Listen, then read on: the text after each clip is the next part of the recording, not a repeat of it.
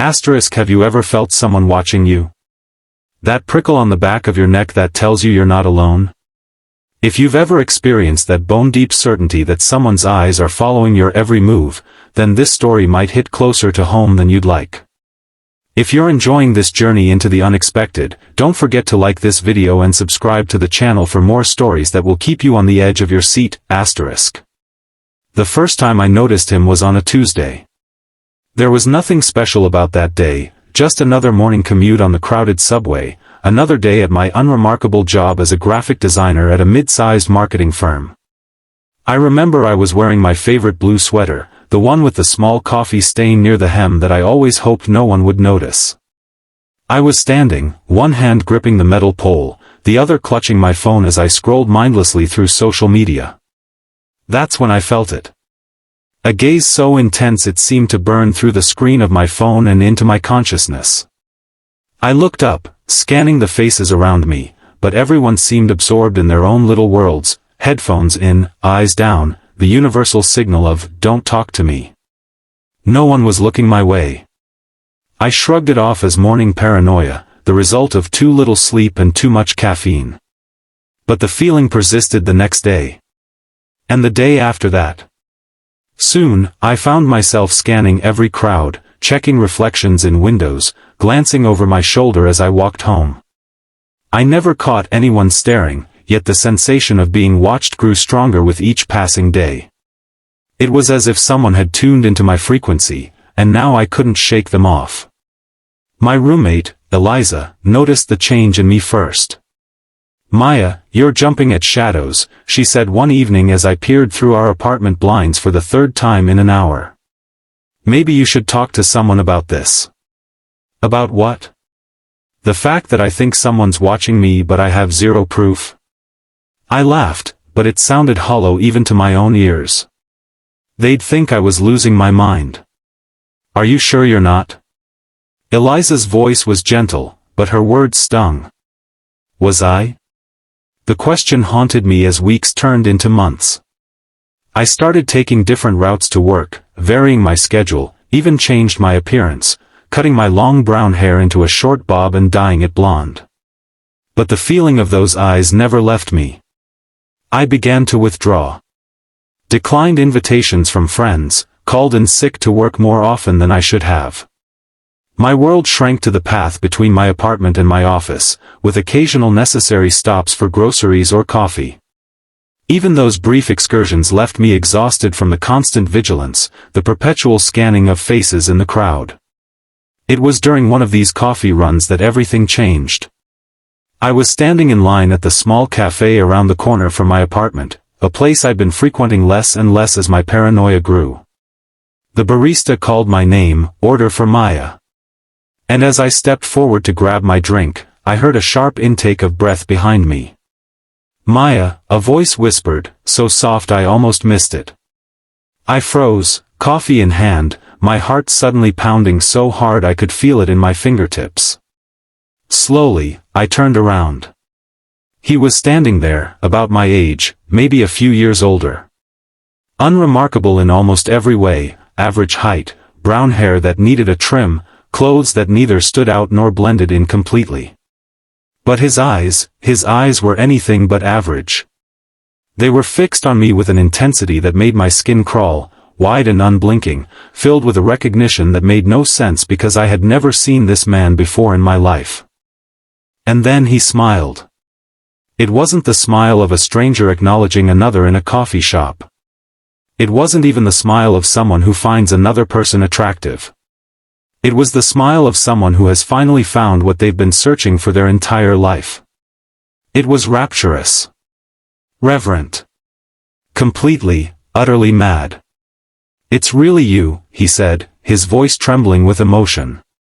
"All this time, I thought I was imagining it, but it's really you." I backed away, clutching my coffee like a shield. "I don't know you," I said, my voice steadier than I felt. His smile only widened. "But I know you, Maya. I've always known you."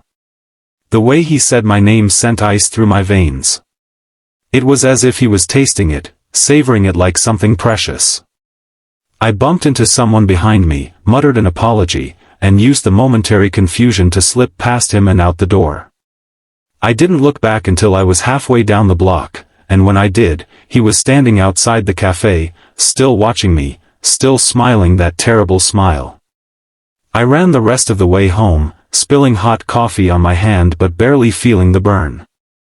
I burst into my apartment, locked the door, and slid down against it, my breath coming in short, painful gasps. Eliza found me there an hour later, still sitting on the floor, my coffee cold and untouched beside me. "Maya? What happened?" She knelt beside me, her face creased with worry. "He's real," I whispered. "The person watching me. He's real, and he knows my name." I expected disbelief, maybe even concern about my mental state. Instead, Eliza's face hardened. "Did he follow you home? Did he hurt you?" I shook my head. "No, but the way he looked at me. Eliza, it was like he thought he knew me. Like he'd been searching for me." She helped me to the couch and made me tea, adding a splash of whiskey that burned going down but helped steady my nerves. "You need to report this," she said firmly. "This is stalking, Maya." "And say what?" "That a man I've never met before recognized me in a coffee shop. That I've felt someone watching me for months but have no proof." I shook my head. "They'll think I'm paranoid." "Then we'll get proof," Eliza said, her jaw set in determination. "If he's been watching you for months, he'll do it again." She was right. The next day, as I walked to work, I felt his presence again. This time, instead of ignoring it, I stopped abruptly and turned around. There he was, half a block behind me, not even trying to hide. When our eyes met, he smiled and raised his hand in a small wave, as if we were old friends who had spotted each other across a room. I took a photo with my phone and kept walking, my heart hammering. He made no attempt to close the distance between us, but he didn't fall back either.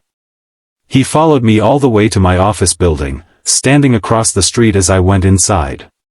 When I looked out the window of our 10th floor office, he was still there, looking up. "That's him," I told Eliza that evening, showing her the photo. "He followed me to work and stayed outside all day." She studied the picture, her brow furrowed. "He looks ordinary." I was expecting someone more obviously creepy. "That's what makes it worse," I said. "He could be anyone. He could be everywhere." And for the next week, he seemed to be. I saw him on my commute, across the street from my favorite lunch spot, in the park where I sometimes sat to sketch. Always at a distance, always watching, always with that same unsettling smile when our eyes met. I documented everything, photos, times, locations. I varied my routine, but somehow, he always found me. It was as if he had some sixth sense that led him straight to me no matter where I went. Finally, with a week's worth of evidence, I went to the police. The officer who took my report was sympathetic but not particularly helpful. "Has he approached you? Threatened you in any way?" she asked, looking through the photos on my phone. "No," I admitted. "But he's everywhere I go. He knows my name. He acts like he knows me." "Unfortunately, being in public places isn't illegal, even if it's the same places you happen to be," she said. "And knowing someone's name isn't a crime. Unless he makes a threat or attempts to harm you, there's not much we can do except take this report." I left the station feeling defeated. That night, I barely slept, jumping at every sound outside my window, imagining his face peering in at me from the darkness. The next morning, there was a package outside my door. No postmark, no delivery service label, someone had left it there personally. My hands shook as I picked it up and brought it inside. "Don't open it," Eliza warned, eyeing the plain brown box with suspicion. But I had to know. I carefully cut the tape and lifted the lid. Inside was a small, leather-bound journal and a note written in neat, precise handwriting. "Asterisk, Maya, I know you're afraid. I know you went to the police. I'm not trying to scare you. I'm trying to help you remember. Please read this. It will explain everything. Daniel, asterisk. Daniel. He had a name now. Somehow that made him more real, more threatening. We should take this to the police, Eliza said, reaching for the box. I stopped her, my curiosity overcoming my fear. Let me look at it first. Maybe it will tell us who he is, why he's doing this. The journal was old, the leather cracked and worn. I opened it carefully, and a photograph slipped out, a Polaroid, faded with age. I picked it up, and my blood turned to ice. It was me. Or someone who looked exactly like me, standing in front of a house I'd never seen, wearing clothes I'd never owned. But the face, it was unmistakably mine, down to the small scar above my right eyebrow from a childhood fall. The only difference was the hair, long and dark, like mine had been before I cut and dyed it. That's impossible, Eliza whispered, looking over my shoulder. When was this taken? I turned the photo over. On the back, in the same neat handwriting as the note, was written, Maya, 1986. 1986. I echoed. I wasn't even born until 1994. With trembling hands, I began to read the journal. It was a detailed account of a life, a woman named Maya Winters who lived in a small town called Pinehaven in the 1980s. The writer, Daniel, had apparently been in love with her. The entries described their meeting, their friendship, how he had watched her from afar before finally gathering the courage to speak to her. As I read further, the entries became more disturbing. Daniel's love turned to obsession. He wrote about watching Maya's house at night, following her when she went out, collecting things she had touched or discarded, a coffee cup, a hair tie, a grocery list. The final entry, dated October 31, 1986, made my blood run cold. Asterisk, Maya is gone. They're saying it was an accident, that the fire started in the kitchen, but I know better. I saw them, the men in suits who had been watching her house for weeks. They took her before the fire. I know they did. They think they've erased her, but they're wrong. I'll find her again. No matter how long it takes, no matter where they've hidden her, I'll find her. Her soul calls to mine across time and space. We are bound together, always. Asterisk. I closed the journal, my mind reeling. This is insane, I said. He thinks I'm some woman who disappeared in the 80s. That's impossible. Maybe he's mentally ill, Eliza suggested. Maybe he's fixated on this woman from his past, and you happen to look like her. But the photo. I looked at it again. The resemblance was uncanny, beyond what could be explained by mere coincidence. Photoshop exists, Maya, Eliza said firmly. This is definitely going to the police now. But before we could leave, there was a knock at the door. We both froze, staring at each other in alarm. Maya? His voice came through the door, soft but clear. I know you've read it by now. Please, I just want to talk. Eliza grabbed her phone. I'm calling 911, she whispered. Wait, I said, surprising myself. Something about the journal, about the photo, had stirred a strange feeling in me, not recognition exactly, but something close to it. A sense of déjà vu I couldn't explain. Let me talk to him first. Are you crazy? Eliza hissed. He's a stalker. Through the door, I clarified. I won't open it. But I need to understand what this is about. Before she could stop me, I approached the door. Daniel? I called, my voice steadier than I expected. I read your journal. I saw the photo. But I'm not her. I can't be her. I wasn't even born when she disappeared. There was a pause, then a soft thud as if he had leaned his forehead against the door. I know how it sounds, he said. I know you think I'm crazy. But Maya, the moment I saw you on that subway 3 months ago, I knew. Your soul is the same. They couldn't erase that. Who are they? I asked, playing along. The men in suits you mentioned? The agency, he said, his voice dropping to a whisper. They've been experimenting with time for decades. Maya, my Maya, was one of their scientists. She discovered something she wasn't supposed to, something about the nature of reality itself. They tried to silence her, but she had a contingency plan. She found a way to project her consciousness forward in time, to be reborn. I exchanged a glance with Eliza, who was mouthing, completely insane, at me while holding up her phone, 911 already dialed but not yet called. Even if that were possible, I said carefully, why would she choose me? And how would you know? Because we were connected, he said simply. Soul to soul. And because I followed her. After she disappeared, I joined the agency myself. Spent decades working my way up, gaining access to their technology.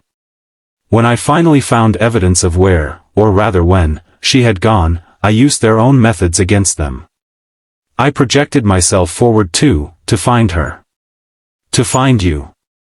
A chill ran down my spine. The conviction in his voice was absolute. He truly believed what he was saying. Daniel, I said gently, I think you need help. Professional help. These delusions.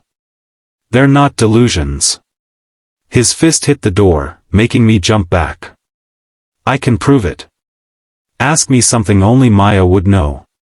Something from your dreams, your nightmares.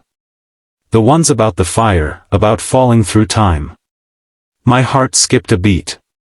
Since childhood, I'd had recurring nightmares about being trapped in a burning building, about falling through darkness while strange lights flashed around me. I'd never told anyone except my therapist and Eliza. How did you know about my nightmares? I demanded. Because they're not nightmares, Maya. They're memories. Your memories of the fire, of the transition between times. His voice softened again. I know you're scared. I know this sounds impossible. But deep down, part of you recognizes the truth. Part of you remembers. And the terrifying thing was, he was right.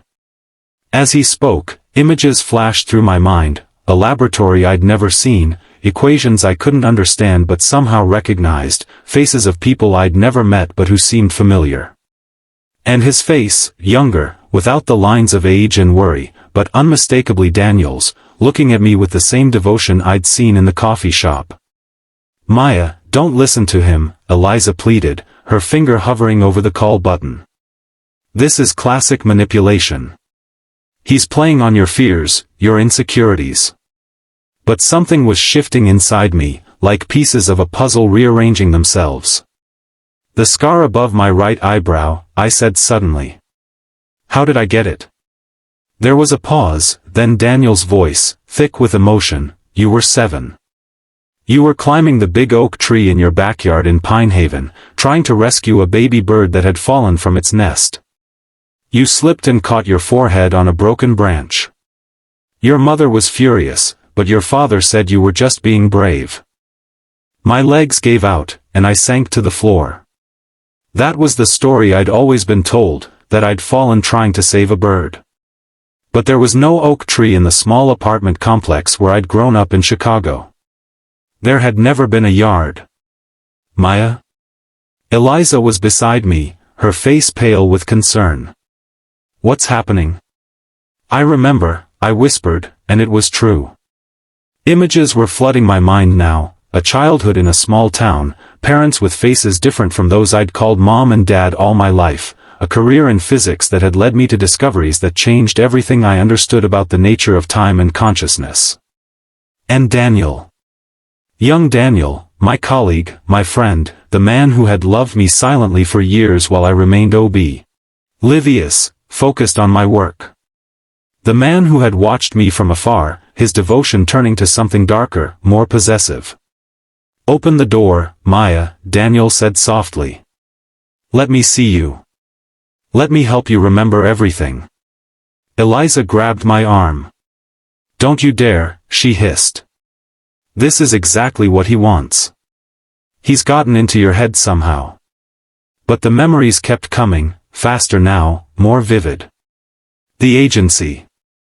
The discovery that time wasn't linear but layered, that consciousness could move between those layers under the right conditions. The realization that my research was being weaponized, used to alter history in small but significant ways. My decision to expose them, and their swift, brutal response. I remembered the fire, set to destroy all evidence of my work. I remembered the desperate gamble, using the very technology they wanted to control to project my consciousness forward, to escape into a future where they couldn't reach me. I remembered choosing the moment, the vessel, the life that would become mine. I remembered everything. Maya? Eliza's voice seemed to come from far away. Maya, you're scaring me. I looked at her, this woman who had been my friend in this life, who had no idea of the truth that was unfolding. I'm sorry, I said. But I need to talk to him. Before she could stop me, I stood and unlocked the door. Daniel stood there, his eyes filled with tears, that same reverent smile on his face. You remember, he breathed, not a question but a statement of fact. I nodded slowly. Not everything. But enough. He reached out as if to touch my face, then stopped himself. May I come in? I stepped back, allowing him into the apartment. Eliza moved to stand between us, her phone still in her hand. I swear to God, if you try anything. It's okay, Eliza, I said, surprising myself with how calm I felt. I need to hear what he has to say. We sat in the living room, Daniel perched on the edge of the armchair, leaning toward me with an intensity that would have frightened me just hours before. Now, it felt familiar, part of a pattern I was beginning to recognize. How much do you remember? He asked. Pieces, I admitted. Fragments. The agency, my research, the fire. You. I paused, studying his face. But you're different than I remember. Older, yes, but also, harder. A shadow crossed his face. 40 years will do that to a person. Especially 40 years spent infiltrating the organization that tried to kill you, learning their secrets, waiting for the moment I could follow you. 40 years? I echoed. But how? You don't look. Time works differently when you're preparing for a consciousness transfer, he explained. The agency discovered that the mind can be preserved at a certain age while the body continues to age. When I finally made the jump to this time, my consciousness reverted to how I was when I first began the process, 32, the age I was when you disappeared. Eliza made a sound of disbelief. Do you hear yourselves? Time travel? Consciousness transfer? This is insane. Daniel didn't even look at her. His eyes remained fixed on me. The agency still exists, Maya. They've evolved, become more subtle, but they're still manipulating time, still changing things to suit their agenda. And they know you're here. They've always known. A chill ran through me. What do you mean? Why do you think your life has been so ordinary? A brilliant mind like yours, relegated to designing advertisements? They've been suppressing you, keeping you contained in a life that would never lead you back to physics, back to your discoveries. His voice grew more urgent. Haven't you ever felt it? The sense that you were meant for more? That your life was somehow off track? I had. All my life, I'd felt a strange disconnect, as if I was living someone else's story. I'd attributed it to normal existential angst, to depression, to the general malaise of modern life. But what if it was more? What if it was the echo of another life, another purpose? If what you're saying is true, I said slowly, then why haven't they just killed me? Why go to all the trouble of giving me this containment life? Because they can't be sure how much of your knowledge transferred with your consciousness, Daniel explained. Killing you might trigger a failsafe you put in place, your research distributed automatically, your discoveries made public. It's safer to keep you alive but unfulfilled, your potential never realized. Eliza stood up abruptly. I've heard enough. Maya, he's manipulating you. Can't you see that? He's taking normal human feelings, dissatisfaction, the sense that life should be more meaningful, and twisting them to fit this elaborate delusion. It's not a delusion, Daniel said, finally acknowledging her. And deep down, I think you know that. Haven't you ever wondered why you were drawn to Maya? Why of all the potential roommates in the city, you chose her? Why you've stayed friends even though your lives have gone in different directions? Eliza faltered, and I saw something flicker across her face, uncertainty, recognition, fear. You were part of it, Daniel continued. A handler assigned to watch her, to report any signs that she was remembering. But you grew to care for her, didn't you? Started protecting her instead of monitoring her. That's ridiculous, Eliza snapped, but her voice lacked conviction. I met Maya through a roommate finding app. We were matched based on compatibility and budget. Were you? Daniel challenged. Or was that just what they wanted you both to believe? I looked at Eliza, really looked at her, and for the first time, I saw something beneath the familiar face of my friend, a calculation, a wariness that had nothing to do with the strange man in our living room and everything to do with the secrets unraveling between us. Eliza? I whispered. Is it true? She didn't answer immediately. When she did, her voice was different, harder, more clipped. You weren't supposed to remember. The conditioning was flawless. What went wrong? The world seemed to tilt beneath me. You really are with them? The agency recruited me out of college, she said, all pretense gone now. My job was simple, live with you, become your friend, make sure you stayed on the path they designed for you. And for 8 years, it worked perfectly. She glared at Daniel. Until you showed up. Daniel's smile was grim. I spent decades preparing for this moment. Did you really think your conditioning techniques could stand against that kind of determination? Eliza's hand moved to her pocket, and I realized with a shock that she was reaching for a weapon. The director said you might come for her eventually. He said to terminate you both if that happened. I moved without thinking, lunging forward to grab her arm.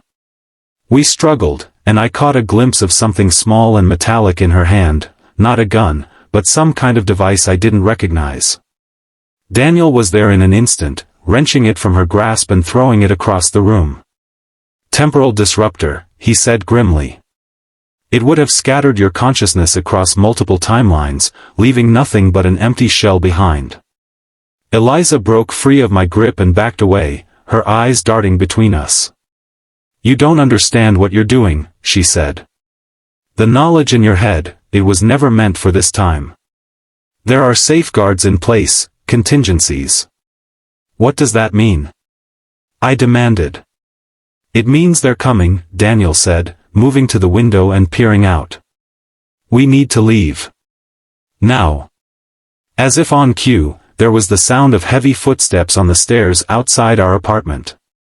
Eliza smiled, a cold expression that transformed her familiar face into that of a stranger. Too late. Daniel grabbed my hand. The fire escape. We need to go. I hesitated, looking at Eliza, this woman who had been my closest friend for years, who had held me when I cried over breakups, who had nursed me through the flu, who had apparently been lying to me the entire time. Why? I asked her. Why go to all this trouble? What was in my research that frightened them so much? You discovered that reality is mutable, she said simply. That those with the right knowledge could reshape the world according to their will. The agency has been doing it for decades, small changes, nudges to keep history on the right track. But your discovery would have democratized that power. Can you imagine the chaos if everyone could alter reality to suit themselves? So instead, a select few do it for their own benefit? I challenged. For the greater good, she corrected. For stability. For order. The footsteps were at our door now. Daniel tugged at my hand urgently. Maya, we have to go. I can explain everything, but not here, not now. I made my decision. I let him pull me toward the window, toward the fire escape that would take us away from the life I had known and into an uncertain future filled with fragmented memories and dangerous knowledge. As we climbed out onto the metal landing, I heard the door burst open behind us. Eliza's voice called out, "They're on the fire escape." We ran, clattering down the metal stairs as shouts echoed above us. When we reached the alley below, Daniel led me through a maze of back streets and narrow passages, moving with the confidence of someone who had mapped this escape route long ago. "Where are we going?" I gasped as we ran. "Somewhere safe," he promised. "Somewhere they can't track us." After what felt like hours of evasive maneuvers, ducking into stores, doubling back, taking a brief ride on the subway only to exit after one stop, we arrived at a nondescript apartment building in a part of the city I rarely visited. Daniel led me to a third-floor unit, unlocking the door with a key he produced from his pocket. Inside was sparse but functional: a bed, a desk covered in papers and electronic equipment, a small kitchenette, and walls covered in maps, photographs, and strings connecting various points. "Welcome to my home," he said, securing the door behind us with multiple locks. "For the past 3 months, anyway." I moved to the wall, examining the photos pinned there. Many were of me, walking to work, sitting in the park, getting coffee. Seeing the evidence of his surveillance should have frightened me, but instead, I felt a strange sense of validation. He had been watching me. It hadn't been paranoia after all. Other photos showed men and women in suits, captured from a distance with telephoto lenses. "The agency?" I asked. Daniel nodded. "Field agents assigned to monitor you. They've been more active lately. I think they sensed something was changing." I turned to face him, suddenly overwhelmed by the reality of my situation. "Daniel, I need you to be completely honest with me. How much of what you've told me is true? How much can you prove?" He approached a filing cabinet in the corner and unlocked it, pulling out a thick folder. "Everything I know is in here. Your research, what I could salvage of it. Records of the agency's activities over the past 4 decades. Evidence of their temporal manipulations." He handed me the folder, and I opened it with trembling hands. Inside were papers covered in equations I shouldn't have been able to understand, complex temporal physics far beyond my graphic design education. Yet as I looked at them, I found I could follow the mathematics, could see the elegant logic behind the seemingly impossible conclusions. "This is my work," I whispered. "I wrote this." "Yes," Daniel confirmed. "In your previous life." I continued through the folder, finding newspaper clippings about unexplained phenomena, redacted government documents, photographs of familiar-looking equipment in laboratory settings. And then I found something that made my blood run cold: a death certificate for Maya Winters, dated November 1, 1986, cause of death, accidental fire. "They declared me dead," I murmured. "They had to," Daniel said. "To close the case, to prevent anyone from looking too deeply into your disappearance." I looked up at him, this man who claimed to have followed me across time, who had spent decades searching for me. "And you? What happened to you after she disappeared?" A shadow crossed his face. "I became someone else. Someone who could infiltrate the agency, who could learn their secrets, who could eventually use their own technology against them." He hesitated. "I did things I'm not proud of, Maya. All to find you again." The intensity in his eyes frightened me a little. This wasn't just devotion, it was obsession, a single-minded focus that had consumed his entire life.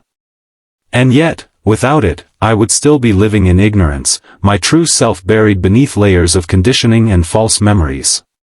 "What happens now?" I asked. Now we complete what you started 40 years ago, he said. Your research wasn't just about moving consciousness through time.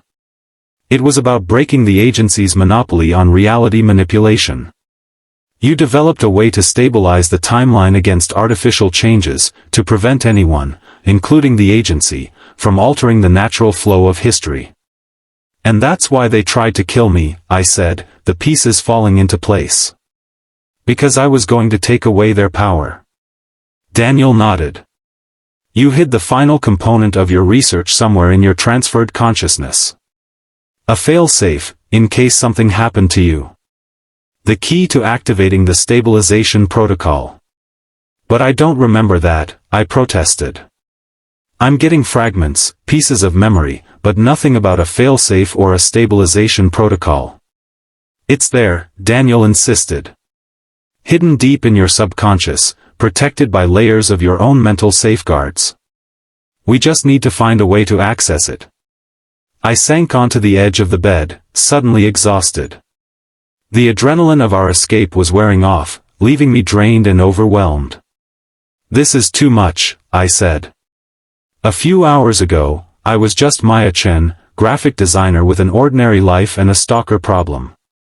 Now I'm some kind of time-traveling scientist with world-changing knowledge hidden in my head, being hunted by a secret agency. Daniel sat beside me, careful to maintain a respectful distance. I know it's a lot to process. And I know you don't fully trust me yet, you shouldn't, not until you remember everything for yourself. But we don't have much time. The agency will be searching for us, and they have resources we can't match. What do we do? I asked. There's someone who can help, he said. Another former agency scientist who defected years ago. She's developed techniques for recovering memories across consciousness transfers. She can help you access what's hidden in your mind. Where is she? About 3 hours from here, in a remote area upstate. We'll leave at dawn. He glanced at his watch. Try to get some sleep. Tomorrow will be challenging. I looked at the narrow bed, then at him, suddenly aware of the intimacy of our situation. He seemed to read my thoughts. I'll take the floor, he said quickly. I don't. I know this is strange for you. I know you don't remember us the way I do. The sadness in his voice touched something in me. What were we? I asked softly. In the past, I mean. You said we were colleagues, but there was more, wasn't there? He looked away. We were friends, first and foremost. We worked together for years before things changed. We had just begun to explore what we might become to each other when everything fell apart. A memory surfaced, a laboratory late at night, the two of us alone among humming equipment, a first tentative kiss under fluorescent lights. The feeling of rightness, of coming home. I remember, I whispered. Not everything, but something. His eyes met mine, hope and caution warring in his expression. Maya, I need you to understand something. I've spent 40 years trying to find you again, but I don't expect you to feel what you once did. You're the same soul, but you've lived a different life. You've become someone new in many ways. I'm here to help you remember, to help you complete your work, but I don't have any expectations beyond that. The sincerity in his voice moved me. Despite the madness of the situation, despite the stalking and the secrets and the danger, I found myself believing him. More than that, I found myself drawn to him in a way I couldn't fully explain, not just because of the memories surfacing in my mind, but because of the devotion he had shown, the sacrifices he had made.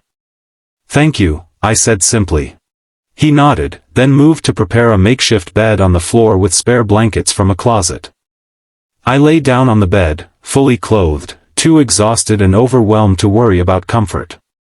As I drifted toward sleep, more memories came, fragments of a life I had lived before, of discoveries that had changed everything, of a love that had been cut short by forces beyond my control. And beneath it all, a sense of purpose, of unfinished business that had followed me across time. I woke to Daniel's hand on my shoulder, gently shaking me. Maya, we need to go. Now. The urgency in his voice brought me instantly alert. What's happening? They found us, he said, already moving around the apartment, gathering essential items and shoving them into a backpack. One of my alerts was triggered. They're searching this neighborhood. I scrambled out of bed, disoriented but functioning on instinct. How? How did they find us so quickly? I don't know, he admitted, handing me a jacket and a baseball cap. Put these on. We need to change your appearance as much as possible. As I complied, a terrible thought occurred to me. My phone. I still had my phone with me when we left the apartment. Daniel froze. Where is it now? I patted my pockets, finding the device. Daniel snatched it from my hand and immediately removed the battery, then dropped the disassembled phone into a glass of water on the counter. They can track those even when they're turned off, he explained grimly. We need to move. Now. We left through a window that led to another fire escape, descending quickly into an alley behind the building. Daniel led me through a series of back streets, constantly checking over his shoulder, changing direction whenever we saw anyone who might be watching us. The car is about 6 blocks from here, he said as we hurried along. If we can reach it, we might still make it to Dr. Levine before they catch up to us. Dr. Levine? The memory specialist? He nodded. Sophia Levine. She was with the agency's cognitive science division before she discovered what they were really doing with her research. She's been in hiding for almost 15 years, but she still helps people like us, people trying to recover what the agency has taken from them. We turned a corner and Daniel suddenly pulled me into a doorway, pressing me against the wall as a black SUV with tinted windows cruised slowly past the end of the street. Agency? I whispered. Yes. They're getting closer. His body was tense against mine, his eyes scanning the street. We need to split up. What? No. The thought of being alone, hunted by people I couldn't even identify, was terrifying. Just temporarily, he assured me. They're looking for us together. 2 people matching our descriptions. If we separate, we have a better chance of reaching the car undetected. He pulled a key from his pocket and pressed it into my hand. Blue Honda Civic, license plate JRX 4729, parked in the lot behind the convenience store on Maple and 8th. I'll meet you there in 15 minutes. Before I could protest further, he was gone, jogging in the opposite direction from where we needed to go. I stood frozen for a moment, then forced myself to move, walking as casually as I could manage while my heart hammered in my chest. I kept my head down, the baseball cap shadowing my face, trying to look like any other person going about their morning business. Every car that passed made me tense. Every person who glanced my way seemed suspicious. When I reached Maple Street, I saw the convenience store Daniel had mentioned. The parking lot behind it was small, containing only a few vehicles. The blue Honda was parked in the far corner, partially hidden by a dumpster. I approached cautiously, checking for any sign of surveillance. The lot appeared empty except for an elderly man loading groceries into a pickup truck. I waited until he drove away, then quickly crossed to the Honda, unlocked it, and slid into the driver's seat. The key fit, but I hesitated before starting the engine. Should I wait for Daniel here, exposed in the open, or drive around the block to find him? Before I could decide, the passenger door opened and Daniel dropped into the seat beside me. Go, he said tersely. Head north on Maple, then take the highway entrance. I started the car and pulled out of the lot, trying to drive normally despite the adrenaline coursing through my system. Did they see you? Almost. There was a team searching the area around the apartment. I had to take a detour. He glanced in the side mirror. Don't speed, but don't dawdle either. We want to be unremarkable. I navigated through the morning traffic, constantly checking the mirrors for signs of pursuit. Daniel remained tense beside me, his eyes scanning every vehicle that came near us. Once we're on the highway, we should be safer, he said. They'll be expecting us to stay in the city, to try to disappear in the crowds. And Dr. Levine can really help me remember? I asked, needing to focus on something other than the fear of capture. If anyone can, it's Sophia. She pioneered the agency's memory manipulation techniques before she realized how they were being misused. Now she uses that knowledge to undo their work. He glanced at me. How much more have you remembered since yesterday?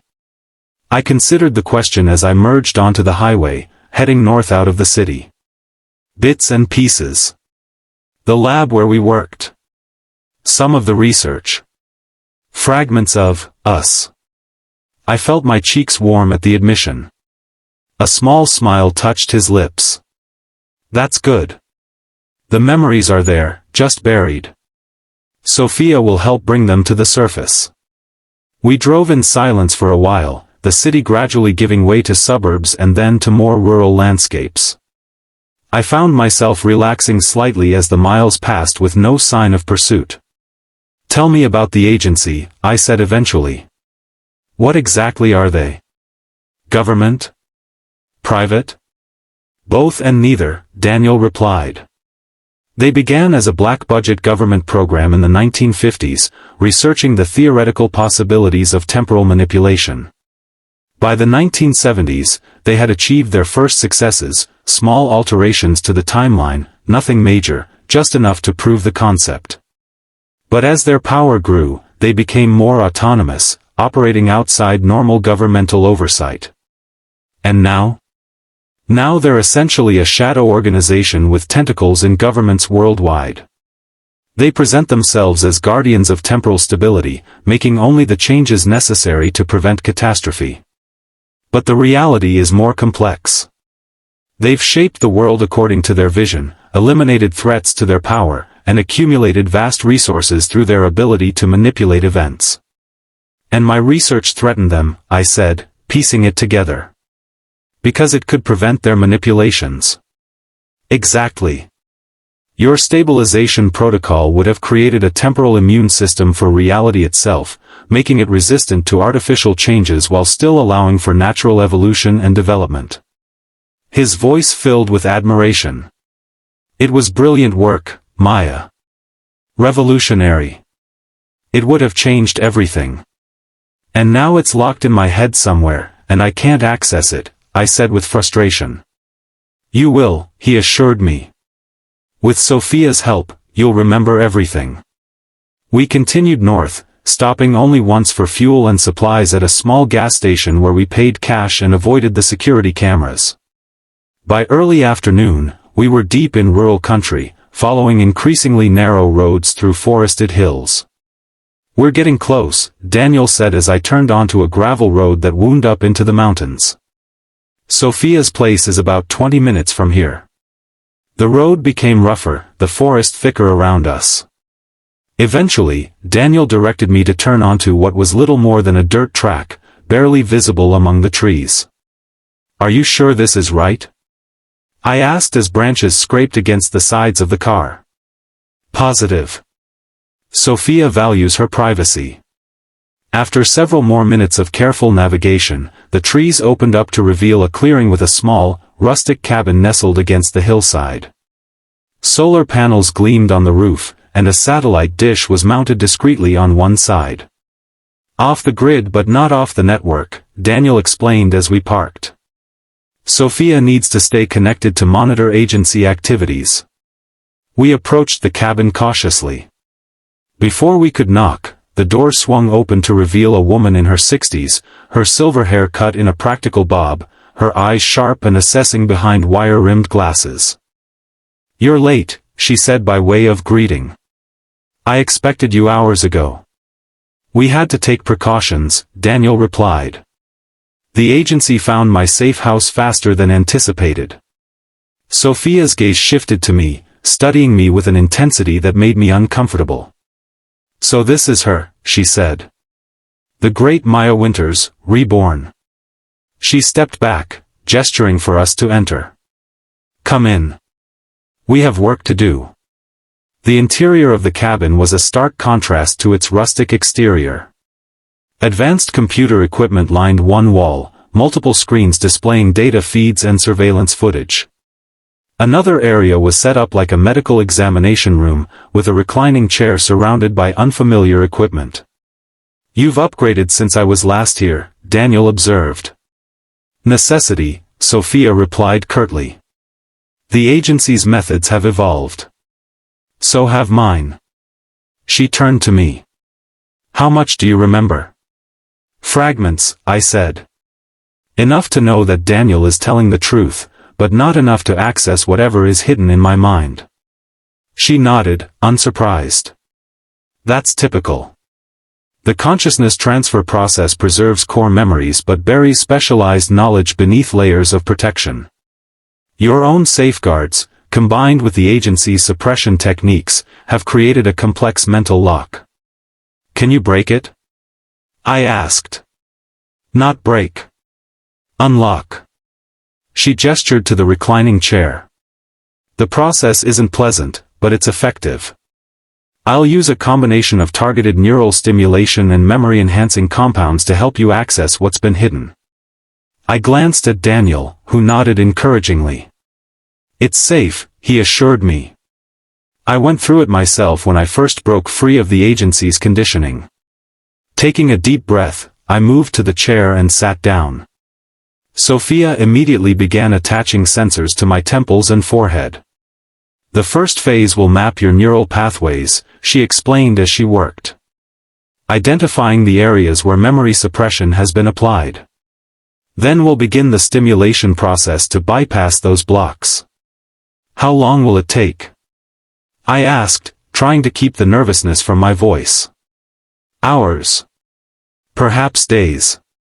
It depends on how deeply buried the memories are, and how resistant your mind is to recovering them." She prepared a syringe with clear liquid. "This will help relax your conscious defenses. Ready?" I nodded, and she administered the injection. Almost immediately, a warm sensation spread through my body, and the room seemed to shift slightly, colors becoming more vivid, sounds more distinct. "Close your eyes," Sophia instructed. "Focus on your breathing. Let your mind drift." I complied, sinking into a state between wakefulness and sleep. Sophia's voice became a distant guide, leading me through a landscape of memories, some familiar, others strange and new.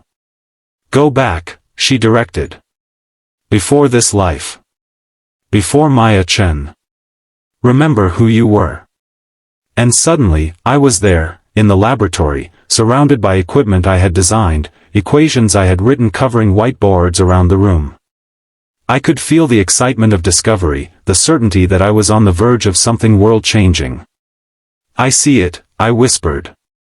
"The lab. My research." "Good," Sophia's voice came from far away. "Go deeper. Find the moment you realized what the agency was really doing." The scene shifted. I was in an office, hacking into secured files, my heart racing as I uncovered the truth, records of timeline alterations, lives erased or rewritten, history itself shaped to serve the agency's vision of order. "They've been lying to us," I heard myself say to someone beside me, Daniel, younger but with the same intense eyes. "They're not protecting the timeline, they're controlling it." "What do we do?" his voice asked. "We finished the stabilization protocol," my past self replied with determination. "We take away their power to play God." More memories flooded in, late nights in the lab, working in secret, the growing fear of discovery, the knowledge that what we were doing could get us killed. And through it all, Daniel was there, supporting me, protecting me, gradually becoming more than just a colleague. "The protocol," Sophia prompted. "Where did you hide it?" I searched the memories, following the thread of research through its development. I saw myself realizing the danger, making contingency plans, creating the consciousness transfer mechanism that would eventually save me. "It's not a formula," I murmured as understanding dawned. "It's not something that can be written down or stolen. It's a mental state, a specific neural configuration that can only exist in my mind." Yes, Sophia encouraged. And how is it activated? I saw myself in the lab one last time, the night before the fire, recording a message for my future self. The key is in the sequence, my past self explained. The specific pattern of memory recovery. Each memory unlocks the next in a precise order, building the neural pathway that will activate the protocol. And we've started that process now, Sophia said. Each memory you recover brings you closer to completing the sequence. Hours passed as Sophia guided me through the labyrinth of my past, each recovered memory triggering the next in the sequence. I relived my discoveries, my fears, my relationship with Daniel, and finally, the night of the fire, the desperate escape, the painful process of consciousness transfer, the sensation of falling through time into a new existence. When I finally opened my eyes, the cabin was dark except for the glow of computer screens. Daniel sat nearby, watching me with concern. Sophia was reviewing data on one of the monitors. How long? I asked, my throat dry. Almost 14 hours, Daniel said, offering me water. How do you feel? I took a moment to assess. My head ached, and my body felt heavy with exhaustion, but my mind was clearer than it had been in this entire lifetime. I remember, I said simply. Not everything yet, but so much more. The protocol is taking shape. Sophia turned from her monitors. The neural pathway is forming as expected. Another session tomorrow should complete the sequence. And then what? I asked. Then you'll be able to activate the stabilization protocol, she said. But there's a complication we need to discuss. She glanced at Daniel, who nodded grimly. What complication? I asked, suddenly alert despite my exhaustion. The protocol requires a quantum anchor point, Daniel explained. A physical location where the temporal stabilization field can originate. The laboratory, I said, the knowledge surfacing from my recovered memories. It has to be initiated from the same place where it was developed. Exactly, Sophia confirmed. Which means we need to return to the agency's main research facility. The implications hit me like a physical blow. We have to break into the most secure building operated by the people hunting us. It gets worse, Daniel said quietly. The facility is temporally shielded. Once we're inside, we'll be cut off from the outside world, with no way to call for help if things go wrong. It's a suicide mission, I whispered. Not necessarily, Sophia countered. I still have contacts inside the agency, people who question what they're doing but haven't found the courage to leave. With their help, and with your recovered knowledge, we have a chance. I looked between them, these two people who had sacrificed so much to fight an enemy most of the world didn't even know existed. Do we have a choice? We always have a choice, Daniel said softly. We could run, try to stay ahead of them. But they would never stop hunting us, and the world would remain under their control. Or we can finish what you started 40 years ago, Sophia added. Free reality itself from their manipulation. The weight of the decision pressed down on me. In the span of 2 days, I had gone from an ordinary person with ordinary problems to someone holding the key to changing the fundamental nature of reality. It was too much responsibility, too much pressure. And yet, as I accessed my recovered memories, I felt the conviction of my past self, the determination that had driven Maya Winters to risk everything to stop the agency. That part of me had never died, had never truly been suppressed. It had just been waiting for the right moment to reawaken. We finish it, I said with newfound resolve. We break into the facility and activate the protocol. Daniel's face lit up with pride and something deeper, the love that had driven him across decades and through time itself to find me again. Together, he said. Rest now, Sophia instructed. Tomorrow we complete your memory recovery, and then we plan our approach to the facility. I nodded, suddenly overwhelmed by fatigue. Daniel helped me to a small bedroom off the main living area, where I collapsed onto the bed without even removing my shoes. As sleep claimed me, I found myself not in dreams but in memories, clearer now, more coherent. I remembered the woman I had been, the discoveries I had made, the love I had found and lost. And I remembered the purpose that had been strong enough to survive death itself, to cross time and find me again. I woke to sunlight streaming through a small window and the smell of coffee. For a moment, I was disoriented, unsure which life I was living, Maya Winters or Maya Chen. Then the events of the past 2 days came rushing back, and I realized that the distinction was becoming less relevant. I was both women now, my past and present selves merging into something new. Daniel was in the main room, studying maps spread across a table. He looked up as I entered, his face brightening. "How are you feeling?" "Like someone rewired my brain," I said, accepting the cup of coffee he offered. "Which I suppose is exactly what happened. Sophia says your neural patterns are stabilizing. The memory integration is proceeding faster than she expected." I sipped the coffee, savoring its warmth. "Where is she?" "Outside, securing the perimeter. She's paranoid about security, with good reason." He hesitated, studying my face. "You look different this morning." "I feel different," I admitted. "More complete. Like I've been living with only half of myself for my entire life, and now I'm finally whole." He nodded in understanding. "That's how it was for me too, when I broke through the conditioning. Like waking up from a dream that had lasted for years." I moved to join him at the table, examining the maps. They showed what appeared to be a large research complex surrounded by security measures. "Is this the agency facility?" "Yes. Their primary research center, disguised as a private technology company called Kronos Innovations." He pointed to various points on the map. "Security checkpoints here, here, and here. Temporal shielding generators in these locations. The main laboratory, where we need to go, is 5 levels below ground." The complexity of the facility was daunting. "How do we get in?" "That's what we need to figure out today, after your final session with Sophia." He looked up as the door opened and Sophia entered, brushing pine needles from her jacket.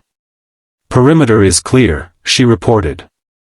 "No signs of surveillance, but we should still proceed with caution." She assessed me with a clinical eye. "You're integrating well. Ready for the final phase?" I nodded, though my stomach tightened with apprehension.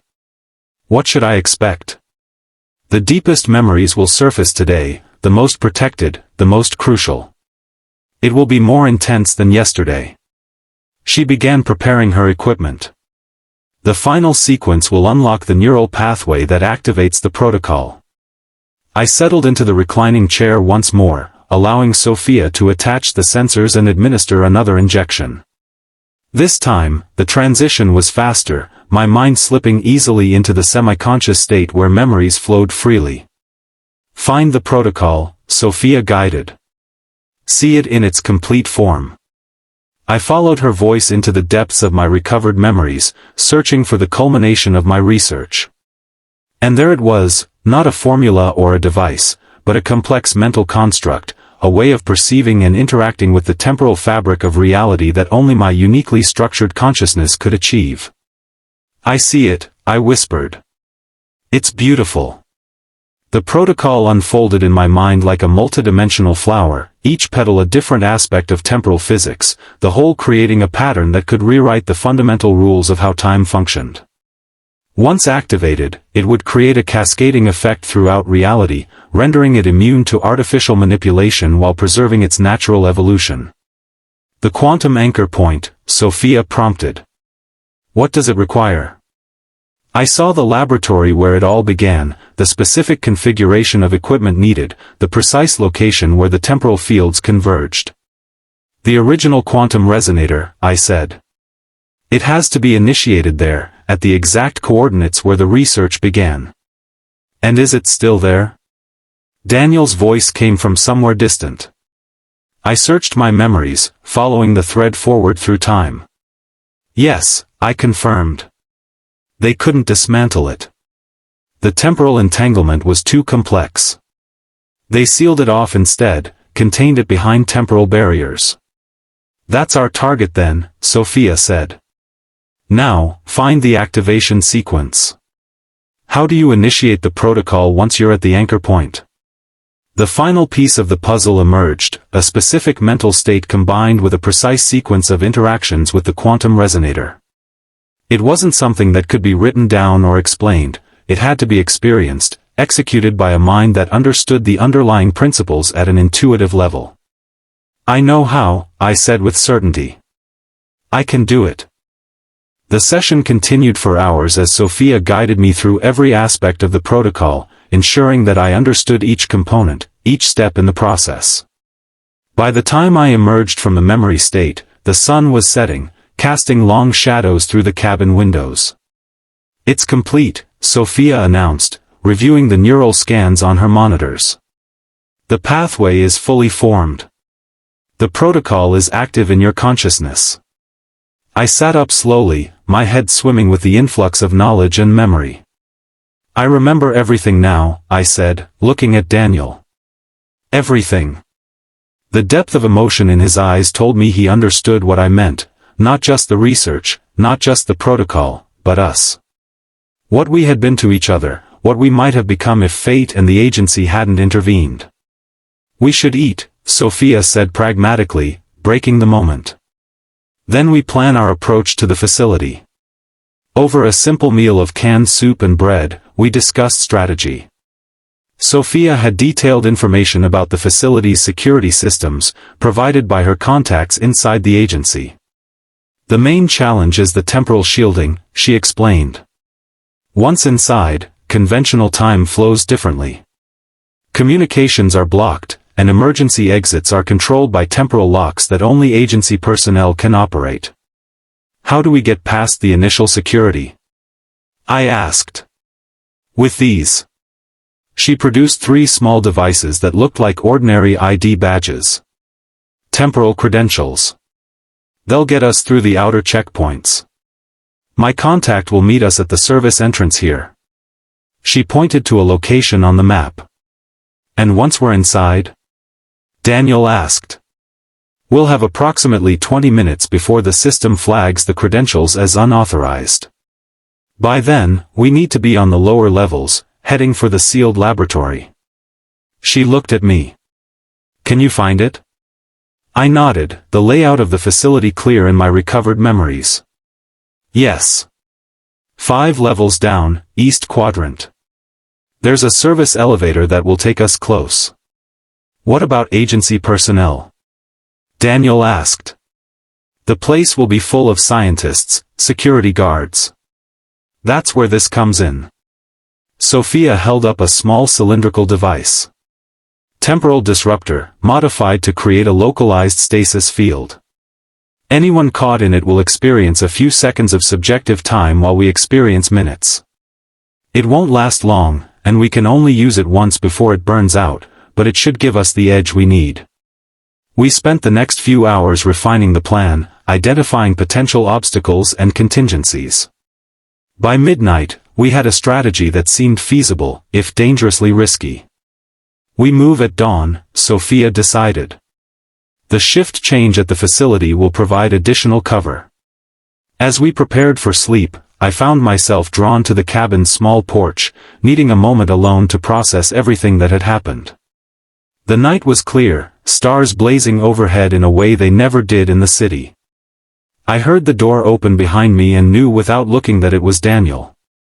He joined me at the railing, his presence comforting in its familiarity.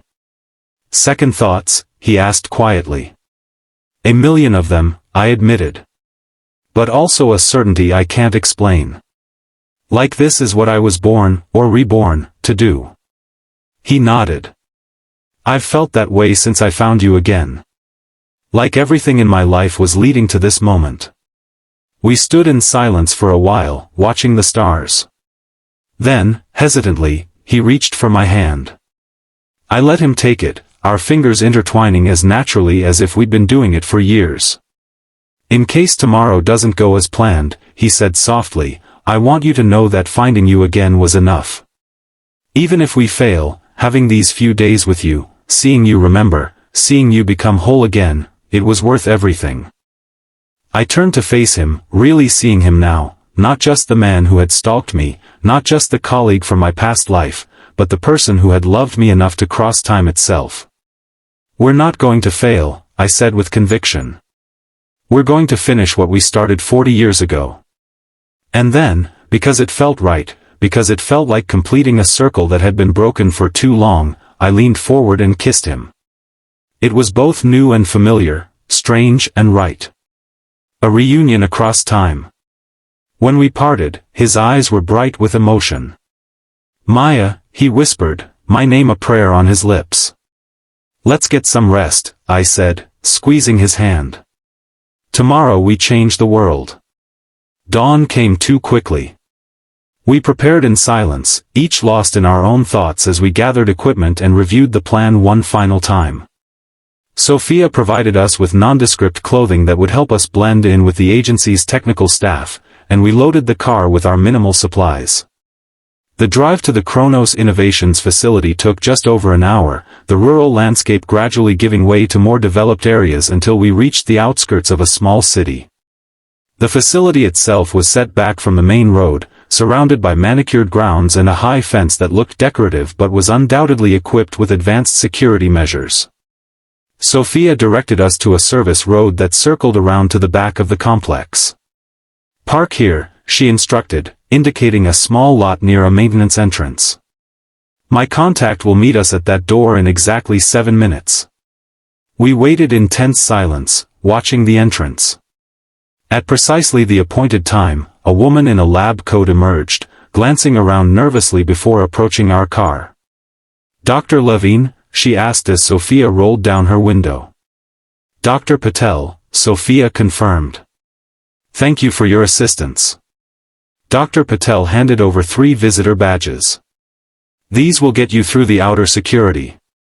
I've programmed them with level 4 clearance, which will access most areas except the highest security zones. She glanced at her watch. The temporal shield rotation happens in 12 minutes. That's your window to reach the lower levels before the system resets and flags unauthorized credentials. Understood, Sophia said. Any changes to the security patterns we should know about? Additional patrols on level 3. There was an incident last week, someone tried to access restricted files. Dr. Patel looked at each of us in turn, her gaze lingering on me. Good luck. What you're doing, it's important. With that, she turned and hurried back inside. We waited another minute, then exited the car, clipping the badges to our clothing. Remember, Sophia said as we approached the entrance, act like you belong. Confidence is our best disguise. We passed through the first security checkpoint without incident, the guards barely glancing at our credentials as they waved us through. Inside, the facility looked like any high-tech research center, bright lighting, clean lines, people in business attire and lab coats moving purposefully through corridors. We followed Sophia to an elevator bank, where she pressed the call button for a specific car. This one goes to the lower levels, she murmured. Once we're down there, we'll have approximately 15 minutes before the credential check flags us. The elevator arrived, and we stepped inside. Sophia used her badge to access the sublevel controls, and we began our descent. I felt a subtle shift as we passed through the temporal shielding, a momentary disorientation, like the feeling of missing a step in the dark. We're inside the shield, Daniel said quietly. No turning back now. The elevator stopped at sublevel 3, and we exited into a corridor that looked markedly different from the upper floors. Here, the walls were bare concrete, the lighting harsher, the air noticeably cooler. A sign on the wall indicated various research sections, with arrows pointing in different directions. This way, I said, the facility's layout clear in my recovered memories. We need to reach the East Quadrant service elevator. We moved quickly but calmly, passing several lab technicians who paid us no attention. At one junction, we had to wait as a security team passed, their uniforms more militaristic than the guards on the upper levels. 7 minutes, Sophia whispered once they were gone. We need to move faster. We increased our pace, taking a series of turns that led deeper into the complex. Finally, we reached a service area where a freight elevator stood, its controls requiring another badge scan. This will take us directly to sublevel 5, I said as Sophia used her credential. The sealed laboratory is approximately 200 meters from where we'll exit. The elevator descended slowly, the concrete walls giving way to what looked like solid metal, the additional shielding that protected the deepest levels of the facility. When the doors opened, we stepped into a corridor that I recognized immediately from my recovered memories.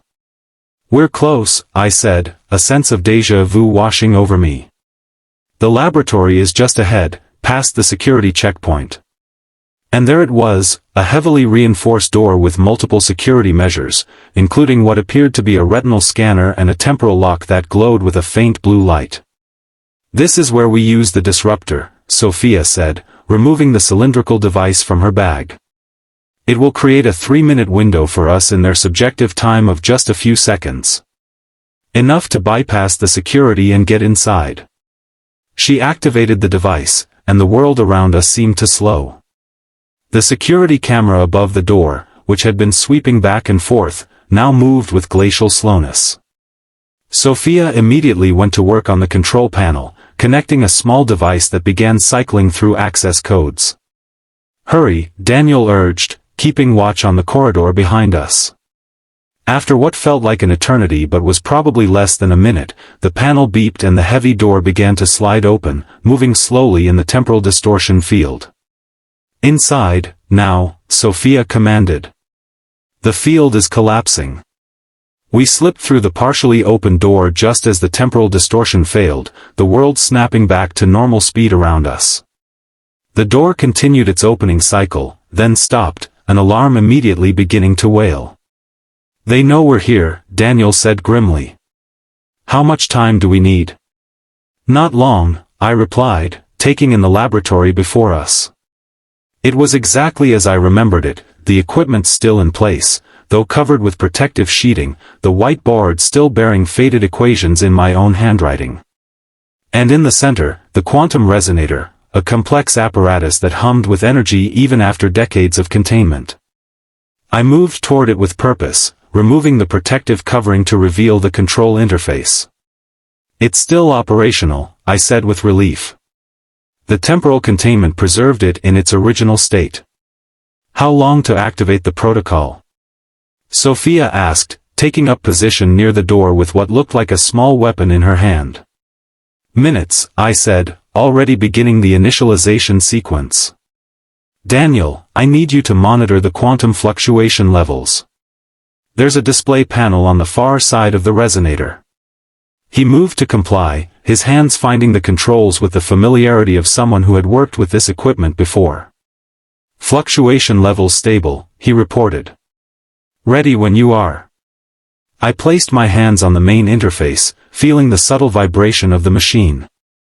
This was the moment everything had been leading to, the culmination of research begun 4 decades ago, preserved through time and consciousness transfer, now finally ready to be implemented. The door to the laboratory slid open, and Sophia raised her weapon. Company, she warned. Security personnel appeared in the doorway, their own weapons drawn. Step away from the equipment, one of them ordered. You are in violation of temporal security protocols. Sophia fired her weapon, and a pulse of energy struck the doorway, creating a shimmering barrier. Temporal disruption field, she explained. It won't hold them long, but it should buy us the time we need. I focused on the resonator, my mind connecting with the machine at a level beyond physical interaction. The protocol unfolded in my consciousness, each step triggering the next in the sequence I had designed so long ago. Quantum coherence established, Daniel reported.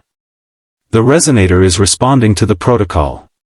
I could feel it, the machine and my mind entering a state of synchronization that transcended normal physics. The laboratory seemed to fade around me as my awareness expanded, encompassing not just the physical space but the temporal dimensions that intersected with it. Maya? Daniel's voice seemed to come from far away. Are you all right? I'm fine, I assured him, though my voice sounded strange even to my own ears. The protocol is activating. I can see the temporal fabric, it's beautiful. And it was. In my expanded awareness, I could perceive the intricate patterns of time itself, the woven strands of past, present, and future, the delicate connections between events, the subtle manipulations that the agency had introduced over decades of interference. The stabilization field is forming, I said, watching as a new pattern emerged from the resonator, spreading outward in waves that rippled through the temporal fabric. It's working. Beyond the disruption field at the door, more security personnel had gathered. They were attempting to break through, their efforts creating distortions in the barrier. Whatever you're doing, do it faster, Sophia urged. We're about to have serious problems. I accelerated the protocol, pushing more of my consciousness into the connection with the resonator. The stabilization field expanded rapidly, its pattern becoming more complex, more robust. I can see their changes, I said in wonder. All the manipulations the agency has made to the timeline. The stabilization field is neutralizing them, restoring the natural flow. What does that mean for us? Daniel asked. For the present? Reality will adjust, I explained, watching the process unfold. The major events of history will remain intact, they're too deeply embedded in the temporal fabric. But the artificial influences, the subtle manipulations that shaped society according to the agency's vision, those will be undone. The disruption field at the door flickered and failed. Security personnel rushed in, weapons raised. Stop what you're doing immediately, their leader commanded. But it was too late.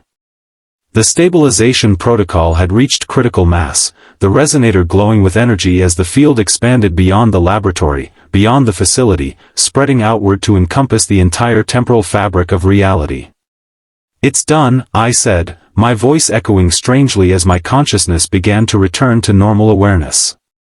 The timeline is stabilized. They can't change it anymore. The security team hesitated, confusion crossing their faces as the effects of the protocol began to manifest. One of them raised his weapon, then lowered it, looking uncertain. What's happening to them? Daniel asked. Their conditioning is breaking down, Sophia explained. The agency used temporal manipulation to ensure loyalty. Without that influence. The leader of the security team shook his head as if trying to clear it. What are we doing here? He asked, looking around in confusion. Before anyone could answer, a new figure appeared in the doorway, a distinguished-looking man in an expensive suit, his face a mask of cold fury. What have you done? He demanded, striding into the laboratory. Director Chambers, Sophia said, recognition and defiance in her voice. Dr. Levine. I should have known you'd be involved in this, sabotage. His gaze shifted to me, and his eyes widened. Maya Winters. Impossible. Not impossible, I replied, stepping away from the resonator. Just improbable. You've destroyed decades of work, he said, his voice shaking with rage. Do you have any idea what you've done? The chaos you've unleashed? We've restored free will to reality, Daniel countered. Ended your manipulation of history. We were guiding humanity toward stability, toward peace, Chambers insisted. Without our influence, the natural course of events leads to disaster. That's not your decision to make, I said firmly. Reality needs to unfold according to its own patterns, not according to some predetermined vision of order. Chambers laughed bitterly. You speak of patterns as if they're sacred. They're not. They're random, chaotic. We brought meaning to that chaos. No, I disagreed. You imposed your meaning. There's a difference. Around us, the security personnel were looking increasingly disoriented, some of them lowering their weapons, others backing away from the confrontation. Your agency is finished, Director, Sophia said. Without the ability to manipulate time, you're just another bureaucrat with delusions of grandeur. Chambers' face contorted with fury. He reached inside his jacket and pulled out a small device. "If I can't control time, then neither will anyone else," he snarled, pressing a button. Alarms blared throughout the facility, and a computerized voice announced, "Temporal containment breach detected. Emergency protocols engaged. Facility self-destruct sequence initiated. All personnel evacuate immediately." "You're insane," Daniel gasped. "You'll destroy everything." "Better destruction than surrender," Chambers replied coldly. "The resonator's containment field is collapsing. The temporal energy release will erase this entire facility from existence, and you with it." He turned and strode from the laboratory, leaving us with the blaring alarms and the increasingly unstable resonator, which was now pulsing with erratic bursts of energy. "We need to get out of here," Sophia urged, already moving toward the door. "We can't," I said, returning to the resonator's controls. "If the containment field collapses completely, the temporal explosion won't just destroy the facility. It could create a rupture in the fabric of reality itself." "Can you stop it?" Daniel asked, joining me at the controls. I studied the system, my recovered knowledge providing insight into what was happening. "I can't stop the collapse, but I might be able to control it. Direct the energy release in a way that minimizes the damage." "How long will that take?" Sophia demanded. "Too long for all of us to escape," I said grimly. "Someone needs to stay and manage the process." Daniel's face set in determination. "I'll do it. You two get out." "No," I said firmly. "It has to be me. I'm the only one who fully understands the resonator's operation." "Maya," he began to protest. "She's right," Sophia interrupted. "Only she can do this." "But Daniel, we need to go. We can help more people evacuate." He looked at me, anguish written across his face. "I didn't cross time to lose you again." I touched his cheek gently. "You found me once. Maybe you will again." "Maya, please. Go," I insisted. "Make sure everyone gets out. That's how you can help me now." Sophia took his arm. "We have less than 10 minutes. We need to move." With a last, desperate look at me, Daniel allowed her to pull him toward the door. "I'll find you," he promised. "Somehow, I'll find you again." And then they were gone, and I was alone with the failing resonator. I turned my full attention to the controls, using my knowledge to redirect the building energy, to shape the coming explosion into something less destructive. The minutes ticked by as I worked, the facility emptying around me as the evacuation proceeded. Through the laboratory's monitoring systems, I could see people streaming toward the exits, Daniel and Sophia among them, helping those who were confused or injured. When the containment field was just moments from total collapse, I made my final adjustments and stepped back. There was nothing more I could do except wait for the inevitable. I closed my eyes, thinking of the journey that had brought me here, from Maya Winters to Maya Chen and back again, across decades and through the very fabric of time itself. I thought of Daniel, who had loved me enough to follow me through that impossible journey. I hoped he would find happiness in the new, unmanipulated reality we had created. The resonator's hum reached a crescendo, and I felt the temporal energy surging around me. But instead of fear, I felt a strange sense of peace. This was always how it was meant to end, completing the circle, finishing what I had started so long ago. The world dissolved into light. Asterisk asterisk asterisk. The coffee shop was busy, the morning rush in full swing. I stood in line, scrolling through my phone, half listening to the conversations around me. Just another Tuesday, another day in my life as a theoretical physicist at the university. "Order for Maya," the barista called, and I stepped forward to claim my drink. As I turned to leave, I bumped into someone entering the shop. "Sorry," I murmured, looking up to meet a pair of familiar eyes. He stared at me, recognition dawning on his face. "Maya?" he whispered. Something stirred in my memory, a dream, perhaps, or something more. A sense of déjà vu so powerful it took my breath away. "Do I know you?" I asked, though I already knew the answer somehow. He smiled, a smile that spoke of joy and wonder and a journey I couldn't quite remember. "Not yet," he said. "But you will." And as our eyes held, something clicked into place, a memory, a connection across time, a promise fulfilled. His name came to my lips unbidden. "Daniel," I said softly. His smile widened. "You remember." "Not everything," I admitted. "Just fragments." "That's enough," he said. "That's where we begin." Outside, the world continued its natural, unmanipulated course. People made choices that shaped their lives and the lives of others, creating patterns of cause and effect that flowed according to their own inherent logic. No hidden hand guided events, no secret agency determined which paths history would take. Reality was free, unfolding according to its own design. And somewhere within that vast, complex pattern, two souls who had found each other across time had been given another chance. I smiled and held out my hand. "Would you like to join me for coffee?" Daniel took my hand, his touch familiar in a way I couldn't explain.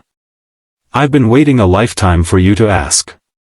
If this story touched something in you, if it made you think about fate and time and the connections that bind us across the years, please like this video and subscribe to the channel.